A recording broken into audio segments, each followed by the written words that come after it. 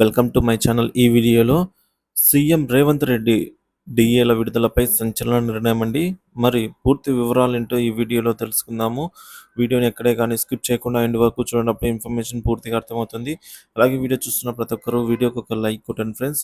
వీడియోని తోటి ఉద్యోగ పెన్షన్ మిత్రులతో అయితే షేర్ చేయండి. కొత్తగా మన ఛానల్ చూస్తున్న వాళ్ళు సబ్స్క్రైబ్ చేసుకున్నట్లయితే దయచేసి మన ఛానల్ని సబ్స్క్రైబ్ చేసుకోండి. దీని ద్వారా నేను చేసే లేటెస్ట్ వీడియోస్ అన్ని మీ వరకు రీచ్ అవుతాయి. ఆలస్యం చేయకుండా మనం వివరాల్లోకి అయితే వెళ్ళిపోదాం.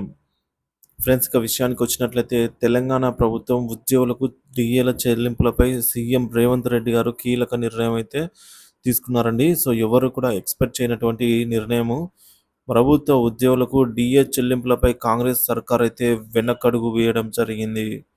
సెప్టెంబర్ 20న జరిగే కేబినెట్ సమావేశంలో డిఏ పెంపుపై ఎటువంటి నిర్ణయం తీసుకోరాదు అని డిసైడ్ అయిన సీఎం రేవంత్ రెడ్డి ఎందుకు ఏమిటనేది తెలుసుకుందాము.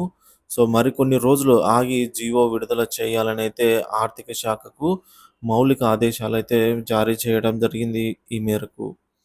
సో మొత్తానికైతే డిఏ అంశము రాకూడదు అనైతే ఆదేశాలు జారీ అయ్యాయి. ఇక తెలంగాణ రాష్ట్ర ఆర్థిక పరిస్థితి బాగాలేని కారణంగా మరికొన్ని రోజులు ఉద్యోగులు తప్పనిసరిగా ఎదురు చూపులు చూడాల్సిందే అని చెప్పేసి తెలిసిపోతోందనమాట. సో కరువు భత్యం డిఏ పెంపుకు సంబంధించి ఇప్పటికే ఫైల్ సిద్ధం చేసిన తెలంగాణ ఆర్థిక శాఖ గత ప్రభుత్వ హయాంలో డిఏలకు ఆమోదముద్ర పడినప్పటికీ ఎలక్షన్ కోడ్ నేపథ్యంలో ఇప్పటికీ విడుదల కాని జీవోలండి. సో ఎలక్షన్ 9 నెలల నుంచి ప్రభుత్వం ఏర్పడి 9 నెలల పూర్తయినప్పటి నుంచి ఏ ఒక్క ఆర్థిక బెనిఫిట్ రాకపోవడంతో రేవంత్ రెడ్డి సర్కార్పై తీవ్ర ఆగ్రహంతో ఉన్న ఉద్యోగులు మరియు పెన్షనర్లు ఇప్పటికైనా ఆలస్యం చేయకుండా వెంటనే 4 డిఏలను కూడా విడుదల చేయాలనేది ప్రభుత్వాన్ని ఉద్యోగులు కోరుతూ ఉన్నారు.